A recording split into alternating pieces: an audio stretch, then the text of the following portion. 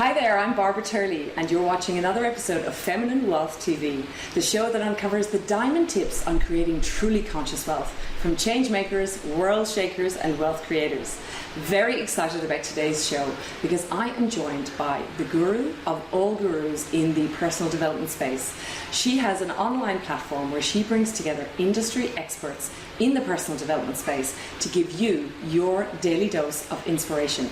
Please welcome to the show Bec Caines, the founder and editor of The Daily Guru. Welcome to the show, Bec. Thank you, Barbara. It's lovely to be here. Yeah, and it's fantastic to meet another Northern Hemisphere girl living down here in Sydney, hot Sydney, Australia. It's wonderful, isn't it? I think you and I know a little trick and the rest of the English don't know at the moment. Absolutely, yeah, they all want to live here. Yeah.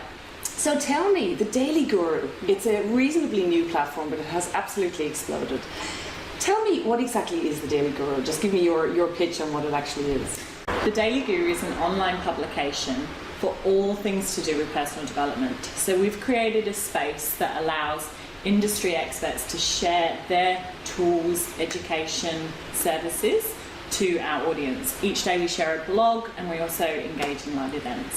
Fantastic, yeah. So it's sort of like this, rather than having to hunt around the internet, you go to one place to find the best at certain topics. Is that That's exactly niche it. experts and Yeah, they can all come on one that's platform. exactly it. So we started out basically because through our own journey we were searching for coaches, we were searching for holistic therapists, we were searching for personal branding companies, and we realised that actually this is an industry that's quite run on referrals and recommendations, and it's really difficult to find someone if you don't know someone who knows It's someone. very fragmented, isn't it? There's no kind of central body to create. Yeah, so this is what you've kind of created here. This is what we decided we wanted to create, and we wanted to create a space that was really safe for people to go and explore these topics. So everything from professional development, personal development, emotional development, what courses and events are out there that they might be interested in, and that everything in the Daily Guru in that space is already regulated. It's high quality content, and it's the best people that you can be working with. So you kind of vet the gurus or the industry experts before they come on the platform? Yes, exactly. So it's like your personal stamp on the people who are there. It is, and Yeah. I think it's really important because anytime that you're working in the personal development space, you're going into it because you're perhaps in a time of crisis or in a time of need. Yeah. So it's really important that you find the right person to be working with you that's going to suit your style, your needs, and also you might not be aware of all the options for you. So that's what the Daily Guru offers. That's fantastic, actually, because you're right. Because when people are in crisis, the first thing they do is jump online and Google, you know, my marriage is broken down, or I've lost my job, or I'm in a career crisis, or whatever they're going through. Yeah. And they're kind of susceptible then to the snake oil that could be out there. Yeah. And you know, a beautiful website does not sadly always determine excellent service, and also in the personal development industry, a website that doesn't look appealing does not determine whether someone is going to be an expert in that field. Yeah. That's the kind of real good stuff that all the people in the industry know about, but all those that are entering have no idea, and that's again what we want to be helping people with. Yeah. So tell me, where did this all begin? I mean, were you always an entrepreneur? Is this your first business? Or give me a bit of the backstory of Bec Caines. Yeah, so no, I wasn't always an entrepreneur. As you mentioned, the Daily Guru is only 8 months old. Yeah. But my journey to creating the Daily Guru probably started about 18 months before that, when I was working in the corporate world. My background is in events and marketing, and I'd been working in that space for 10 years and really enjoying it. And I got to that stage where I thought, I kind of don't know what my next step's going to be. And I didn't know whether it was going to be, you know, the next step up that career ladder in the corporate space, or whether I wanted to do something myself. So I started exploring, and the first sort of decision I made was to go do a life coaching course, which was incredible. And that life coaching course has really become the foundation for everything that came after that with Daily Guru.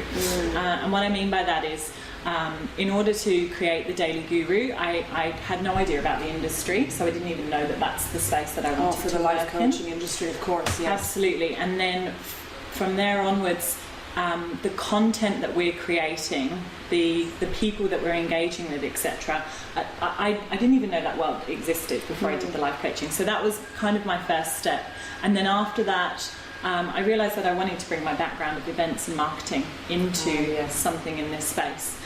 So, you know, my background is that I am experienced in creating communities and engaging with people online and running events in the event space, but I wanted to bring that into the personal development world. So there was born the Daily love Guru. about that actually, that you, you know, when I was looking for something new to do, and I was from the corporate world as well, in the financial industry, and it was actually my father who said to me, I went down the life coaching route originally, which I think a lot of women do, and I thought, will I be a life coach, am I going this way? And my father actually said to me, is there no way that you can bring together the stuff you're learning now with the industry expertise that you have? And actually that was why Energized Wealth was born. So it's kind of born out of that as well. So I love that you haven't just thrown away the experience that you have spent, like, you know, 10, 15 years building up, and actually paired it together to create something really amazing. Yeah, and I think, you know, it took a long time for me to decide that, but what I realised is that I originally went down the event space and the marketing space because there was something in that really resonated with me. It was a strength and it was something I really, really enjoyed. And although my enjoyment wasn't as high anymore in the corporate space, that was because it wasn't fulfilling the part that was my purpose, and that was that the industry wasn't suiting me anymore. So I wanted to find that new industry. I definitely was ready to trial doing it on my own and kind of putting to test, you know, all of my ideas that I'd sort of been having for a while, and to see, you know, can I make a go of this? So I've really been pleased that I've been able to match those skills from my past into my new interests in the future. And tell me, so where was the point where you went, you know what, I love the life coaching, but I don't want to be a life coach. Where did the platform idea come out of? The transition there. So life coaching, I did trial it for a little while. Just, you know, as you always do with these things, you start out with, you know, a few friends, getting involved, test the water. Yeah, and I realised, although I enjoyed it, what I really enjoyed was actually meeting the other coaches and finding out who was great and learning from them. And then it moved from coaching, and it was naturopathy, and it was kinesiologists, and I noticed how so many people in my work team at the time, etc., was saying to me, oh, what did you do at the weekend, and who was that person, and maybe I want to go see them. And immediately I realised actually that knowledge sharing and information is really powerful, and there's so many people that aren't aware of these services. So I thought that was my original idea of how can I start sharing these services on a bigger scale. And probably with people before they need it, because there's this whole thing of usually people only find the life coaching space, or, you know, this interesting work when they're going through a crisis. So as yours, I always get the feel from your website that you're actually trying to target people before they hit crisis, so they know some of these skills earlier on, I guess, than... Yeah, absolutely. I think with personal development, like, it doesn't have to be just out of crisis at all, because I don't know where this belief came from, but I feel like so many people come out of school or university and they feel like they're being told, right, you're done. You know everything now. You should be able to cope with everything. Off you go and be an adult. And that is where we all start being really tough on ourselves, and then we go through a difficult situation, whether that's in the professional environment or personal or emotional, and when we don't deal with it as well as we had hoped, we just are tough on ourselves and tell ourselves, you know, we dealt with that poorly, we're not good enough, etc., etc. Internalise it, and we think there's something wrong with us, that our friends are dealing with things better. Or... rose tinted glasses. We start shooting on ourselves and saying everyone else can do it so much easier, why not me? But actually these tools and skills we don't get taught, and I know that's such a cliche that we don't get taught these life skills in school, but it's true, and therefore that's why I feel that, you know, the Daily Guru going live only 8 months ago and it taking off so quickly shows there's a huge appetite for people to be learning this in a proactive way and not out of the space of discomfort. Absolutely, yeah. Now, I have also noticed the supersonic rise of the Daily Guru and how successful it has been, which is amazing. So congratulations on that. What would you say? I mean, you've got like 12,000 fans at this point in time that we're talking on Facebook. You know, you've got a big list. How do you do that? Everybody wants to know, like, how does, you know, the viewers are going to want to know, how do you get such an engaged following going?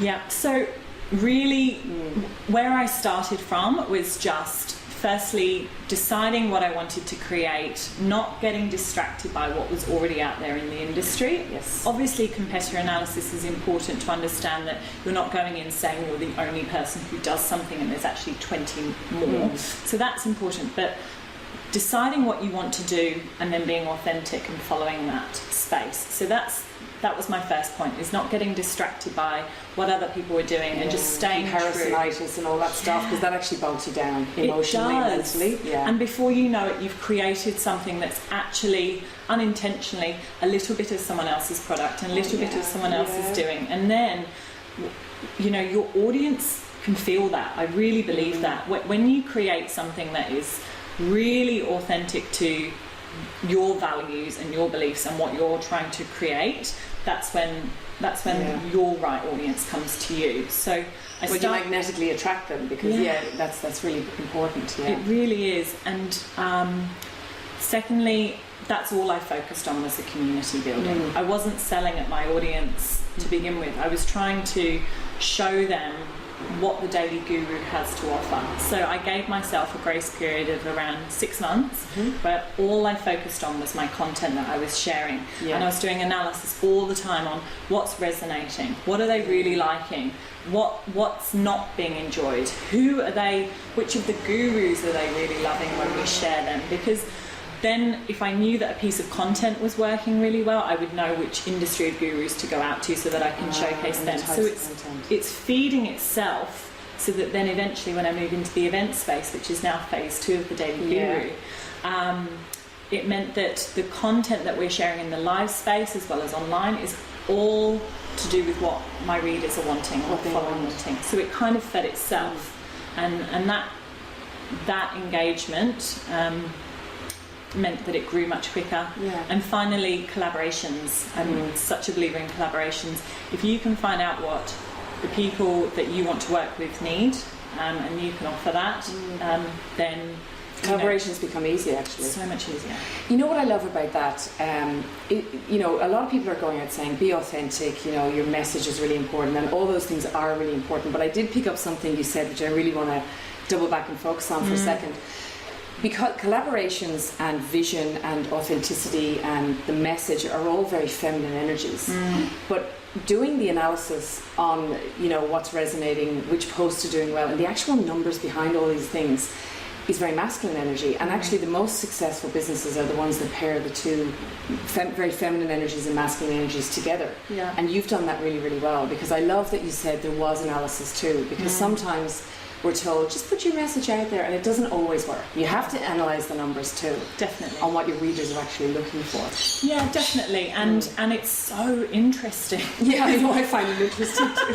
What you put out there, and you think they're going to love this piece. And then, you crickets. Nothing. Yeah, I know, and you think, And then another piece you'll share, because you're, you know, the most exciting thing about owning your own business is the fact, trial and error. You know, you can just try stuff. It's your opportunity to test the water. Don't beat yourself up if it doesn't work, but try. If it works, keep doing it. If it doesn't, move on, try something else. On that though, because that is key, but obviously, you know, when we're working for ourselves and we do try something like the thing that you think is going to be amazing and nobody cares about it, how do you get over the sort of disappointment factor and move on to the next thing? Because that's really key to be able to do that. Yeah, it is. I think you just have to. I think you have to just take it with a pinch of salt. You have to learn to laugh. I mean, this is your background, I suppose, the whole events and marketing space is testing and trying and then going back to the drawing board and testing again. But I personally find that quite hard. That's why I asked that question. In my own business, when I try things and I put my heart and soul into it, nobody wants it, and you think, oh, okay, that was interesting. And it takes a while. I find it hard to get over the disappointment of that, and I know a lot of people would. Yeah, it absolutely is. I think what I find myself doing is I remind myself that if this was easy, everyone would be doing it. Yeah, that's true. There's statistics, there's hundreds of statistics out there that show the percentage rate of successful businesses in their first year, and it's, you know, it works against you. It's quite low, but equally within that, there's a lot of characteristics within those that were successful, and we can all learn from that. But the fact that it's not always easy you know, you have to kind of remind yourself of that and then reflect on the wins. And say, you know, at least I'm trying. Like if you don't try something, you don't know whether it will or won't be successful. And each time, I really believe you do take something from that. So perhaps it's the way you executed it, or maybe it was the way. It was just the message. It could just be, you know, anything. Timing, communication style, whatever platform you decided to share it at that moment in time. Not enough collaborations. There's something to be learned. No, and I think that's really key, and I'm glad we touched on this, because sometimes when people are successful, and one of the reasons I want to have this show is that we delve into the bits that are hard, because it is hard, right? It's really hard work having your own business, as we were talking off there. Like, it's so much work. And it is great to have the successes, but there are the hard times as well that you have to get through. So anyone watching, we all have those times, and you have to get through that. So tell me now, I want to talk about, so phase one of the business is kind of up and running now, the building of the online community. And tell me about phase two, live events. That scares me. I'm not the live event girl. Happy to go and speak at other ones, but I'm not yet at the stage of running my own, so I'm really keen to hear. Well, maybe we can get you to one of ours then. Happy to speak at anyone's event. This has always been the end vision for me, and that is taking the content that's online that's really resonating with my audience and the gurus that I've been able to bring to them, and making that into a live space event.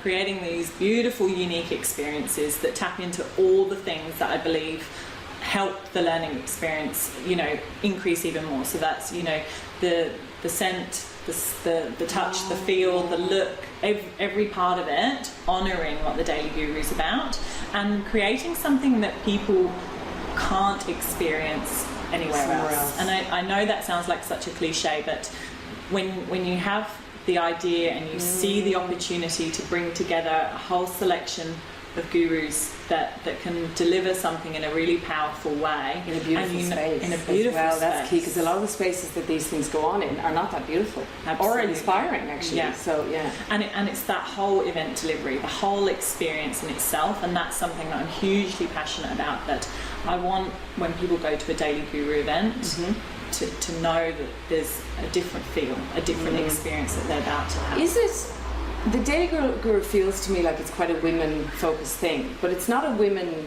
You haven't gone it's down. Not exclusive. It's not exclusive, but do you tend to get more women? We do, and to be honest, that's probably partly to do with the fact that the brand's incredibly feminine. However, you know, I really believe that this is an area where all of this content, in actual fact, probably the men are being quite neglected, and actually it's an area that they could really do with, you know, a body that's devoted to them, because the way in which they're going to absorb and be open to this type of content is going to be very different to the way that women want to be educated about it. So definitely not exclusive. We would welcome anyone. But I really believe that perhaps it just needs to be delivered to them in a different way. You know, I feel the same about the wealth space. People say to me, why are you only focusing on women? And I go, you know, it's not that I'm trying to be exclusive. It's just from feedback over the years from women that I've spoken to, and it's getting even bigger now. They're saying that actually when it comes to money and wealth, women actually want to be in a space just with women, because they're afraid to ask the questions or to be too open about their knowledge gaps and things like that with men. Absolutely. And I just think, well, I'm trying to honour that space and do it for that reason. Yeah, definitely. And I think, you know, potentially we may look to run events that are more targeted at men later down the line. Should that sort of demand be there, absolutely. But at the moment, our community is 90% women. We know what they're wanting, we know what they've been engaging with, and now we're creating these events that are going to support that. And is it, tell me, so Sydney-based events to start out with? I'm assuming you're going to try and do Melbourne. Yes, offshore. Absolutely. Would we do offshore as well? International, So absolutely. So our communities, you know, 70% Australian, but 30% is international. And what's wonderful is now we've started. We're launching our first event next week, which is really exciting. And basically, we've already been receiving some emails and communication from our international audience saying, you know, when's it coming offshore? So that's wonderful to hear. So, you know, definitely we will go offshore, but at the moment, I'm always about focus on one thing, do it really, really well, and then grow. And that's what I'm doing. And that's another key point, key takeout from today is focus on one thing, do it really, really well, and then grow. Can you share anything about the event next week? What's in store for us? Yeah, absolutely. So we're running a 5-week series. We're bringing in 5 incredible speakers. Each week they're going to be tackling the subject of self-worth from a very different angle. Oh, wow. And the idea behind it is that each week, because they're tackling it from a very different angle, it's going to create a whole experience which really helps anyone who has anything to do with self-love or self-worth that they want to work on. This is going to be an intense 5-week experience that people can really come together. And do they come to all 5, or can people just dip into the ones they want to come to? And yeah, they can absolutely just attend 1 session, 3 sessions, whatever resonates with them, because we appreciate that everyone's at a different stage in their kind of path and journey of work. Maybe they've been seeing a coach, and one of the modules they think, I'm down with that, that's fine. Or right now, I need to work on this right now and not move to that next level yet. Yeah, it's a lot to take in, especially with the self-worth topic. I think everybody has this self-worth issue. We all have subconscious beliefs about ourselves and stuff Absolutely. like that. And going back to our conversation earlier about it doesn't always have to be driven out of a space of discomfort. Like everyone can do with topping up. Absolutely, that confidence. So it's not just going to be working on the space of what's bad. It's more also working in that space of how can we just enhance what we're doing. I love that too, actually, as well, because self-worth is a topic that actually I talk about on the Energized Wealth site a lot. Because self-worth is very, very heavily linked to money, income, wealth building. It's that whole thing of I'm not saying that people who have higher self-worth are worth more. They're not, but they tend to earn more because we ask for more. Or and increasing your self-worth can actually increase how much you value yourself. And then how much you're willing to sort of price at, particularly in your own business. Absolutely. Or in salary negotiations. Definitely. Huge one for women, because their belief systems are set up to support receiving the wealth. I know. I always say, as women, God love us, we've no problem marrying it or divorcing it, but when it comes to going out and creating it in the world, we actually get a bit of a block there. Even women tend to manage the money in the household. So when it's internal, but that's from generations of that's the way it was done. But when it goes to going out and creating in business or investing, that's the world of men. And that's why the wealth thing, that's why I'm so passionate about teaching the wealth game in a more feminine. It's so important. I love that you're doing that, because I think it's so, so important, because, otherwise women, we can go out and be entrepreneurs and we can have this vision, but then there's the obstacle that's ever going to allow us to really flourish and really create those opportunities for people, because we have a roadblock, a belief, a challenge to do with success, to do with wealth and money. A lot of women would say, I hear things like, but I'm not in it for the money. And I think, well, nobody's in anything for the money, but the money, you need sort of passion and money to create something really amazing. So don't do one without the other, make sure that you're not forgetting the other one. It is really, really important to support our lives. And I would say it should be like your best friend. And there's nothing wrong with that, to have that. And then you can give so much more in this world when you embrace money, embrace wealth. I totally agree. I think to have a purpose behind your business that is greater than money, I think grows your business faster than you could hope for. However, being commercially minded is important in order to be able to grow that business and to keep it running in the right way. To keep it, So if people want to check out the event, they want to check out the Daily Guru, they want to find out more about you, where do they go? There's going to be a link on the screen in 1 second. So they go to dailyguru.com.au. We also have a Facebook page. We have our new website launching on Monday, which is really exciting. What's that one? And so we've just had a whole revamp of our current website. So it's still Daily Guru, the Daily Guru? It's dailyguru.com.au. And we've just had a bit of a spring clean. We've had our incredible graphic designers rework the website so it looks stunning. It's easier to flow through the content, and obviously now moving into that second phase of having events, it's really prominent as to what the events are and where you can find them. And equally, sort of part of that event phase is that we're going to be sharing not just our events, but we're going to be sharing the industry's events. So if there's coaches, if there's therapists, if there's other conferences going on that's in this space, we'll be sharing that. So this will be the place that people can go to find out what's going on in the industry. In this space. Oh, that's fantastic. I mean, I just love that you're doing this, and I love that you're also a foreigner living in Sydney, and it's amazing down here. So thank you so much for being on the show today. Thank you so much for having me. I look forward to, can't wait to check out the new site on the events next week. Thank you so much, Barbara. And thank you again for joining for another week. And remember, you can catch me later this week on my podcast, Wealth Unplugged, where I'm going to be giving you my 3 key takeouts from my chat today with Bec. So until next week, have a great week. See you then.